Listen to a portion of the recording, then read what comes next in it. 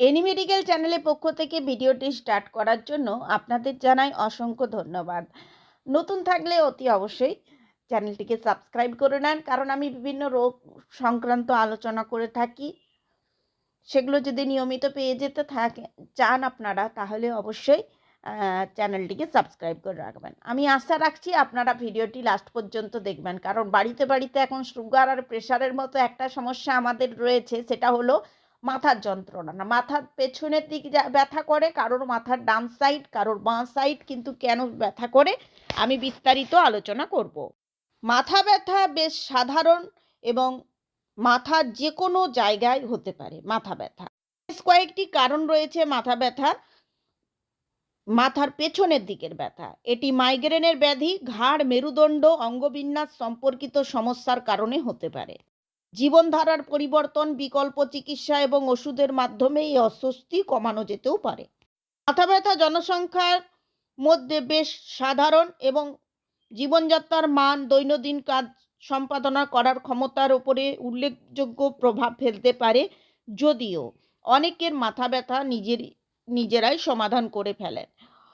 অন্যদের অন্তর্নিহিত কারণ থাকতে পারে, যে কেউ তাদের মাথার পিছনের ব্যথা অনুভব করতে পারেন। একজন ডক্টরের সাথে পরামর্শ অবশ্যই করা উচিত। যদি আপনি দীর্ঘদিন ধরে বিভিন্ন ওষুধ খেয়েও আপনার মাথা ব্যথা সারছে না, তখন আপনাকে অবশ্যই চিকিৎসকের কাছে যেতে হবে। চিন্তায় মাথা ব্যথা হয়। মাথার পিছনে ব্যথা সবচেয়ে সাধারণ কারণ, এটি হলো টেনশনের মাথা ব্যথা, যা সাধারণত কপালে ব্যথা হয়। এই মাথা ব্যথার ধরন 30 মিনিট থেকে 7 দিন স্থায়ী হতে পারে। স্ট্রেস, অবসাদ, ঘুমের অভাব, অপর্যাপ্ত পরিমাণ জল যদি খাওয়া হয় সেক্ষেত্রে হয়। মাইগ্রেনের অবস্থা, মাইগ্রেন থেকে মাথা ব্যথা বাম দিক থেকে শুরু হতে পারে এবং এটা হয়ে থাকে অনেকেরই।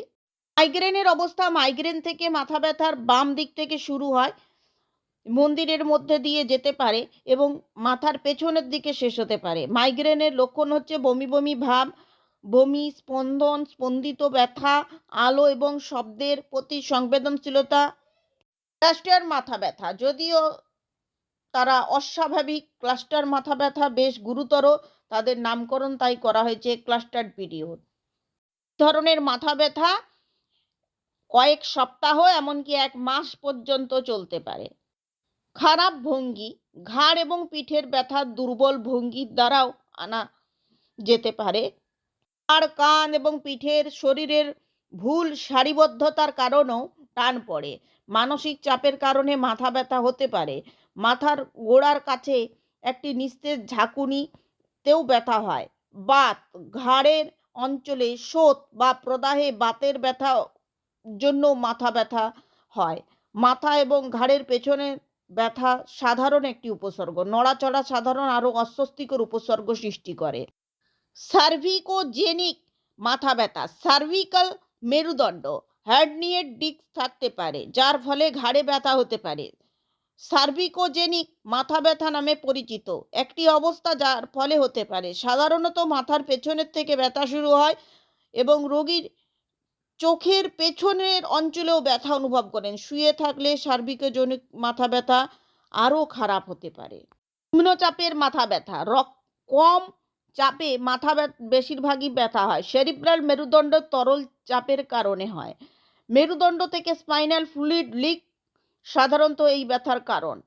এগুলি হঠাৎ বা মেরুদণ্ডের ট্যাপ বা অন্য কোনো অপারেশনাল পদ্ধতির ফলে বিকশিত হতে পারে, যখন মেরুদণ্ড থেকে তরল বেরিয়ে যায়, যার ফলেই মাথা ব্যথা হয়। নিস্তেজ ব্যথা বা কাঁপুনি ব্যথা, অনেকের মাথার পেছনের দিকে নিস্তেজ ব্যথা বা কম্পন সংবেদন বলে বর্ণনা করেন। চিন্তার মাথা ব্যথা, মাথার পেছনের দিকে ব্যথা, টান মাথা ব্যথার সাথে যুক্ত হতে পারে। প্রায় মাথার চারপাশ একটি ধ্রুব ব্যান্ডের মতো চাপ সৃষ্টি করে। ঘাড়ে ব্যথা, মাথার পেছনে ব্যথার সাথে ঘাড়ের ব্যথা হয় এবং শক্ত হয়ে যায়। একদিকে মাথা ব্যথার কারণ বিষয়ে আমি বলবো। তো অনেকের শুনেছি একদিকের ব্যথা হয়, কারণ ওর ওপর নির্ভর করে। বাম মাথার এক পাশে ঘনীভূত হতে পারে, যেমন অক্সিপিটাল নিউরোজিয়ার মতো নির্দিষ্ট ধরনের মাথা ব্যথার ক্ষেত্রে আলো এবং শব্দের প্রতি সংবেদনশীলতা। মাইগ্রেনের সম্মুখীন ব্যক্তি যা মাথার পেছনে ব্যথার কারণ হতে পারে, তাদের আলো এবং শব্দের প্রতি সংবেদনশীলতাও থাকতে পারে, সাথে বমি বমি ভাবও থাকবে। নড়াচড়ার সাথে ব্যথা, মাথা নড়াচড়া বা কিছু ঘাড়ের পেছনের অবস্থান ব্যথাকে বাড়িয়ে তুলতে পারে, বিশেষ করে যদি এটি পেশিবহুল সমস্যার সাথে সম্পর্কিত। তীক্ষ্ণ বা শুটিং ব্যথা, কিছু ক্ষেত্রে ব্যক্তিরা মাথার পেছনে তীক্ষ্ণ বা শুটিং ব্যথা অনুভব করতে পারে, যা নিউরালজিয়া বা স্নায়ু সম্পর্কিত সমস্যার সাথে যুক্ত। ঘরোয়া প্রতিকারগুলোতে প্রায়ই মাথা ব্যথা উপশম করতে কার্যকরী, তবে অতিরিক্ত ব্যথা যদি হয়, ঘন ঘন আপনি যদি ঘরোয়া টিপস অ্যাপ্লাই করছেন, ওষুধ খাচ্ছেন, কিন্তু ব্যথা আবার চলে আসছে, ওষুধ খাওয়ার পরে কিছুক্ষণ কমছে, আবার ব্যথা ব্যাক করছে, সেই ক্ষেত্রে অবশ্যই আপনাকে একজন ভালো ডক্টরকে দেখাতে হবে।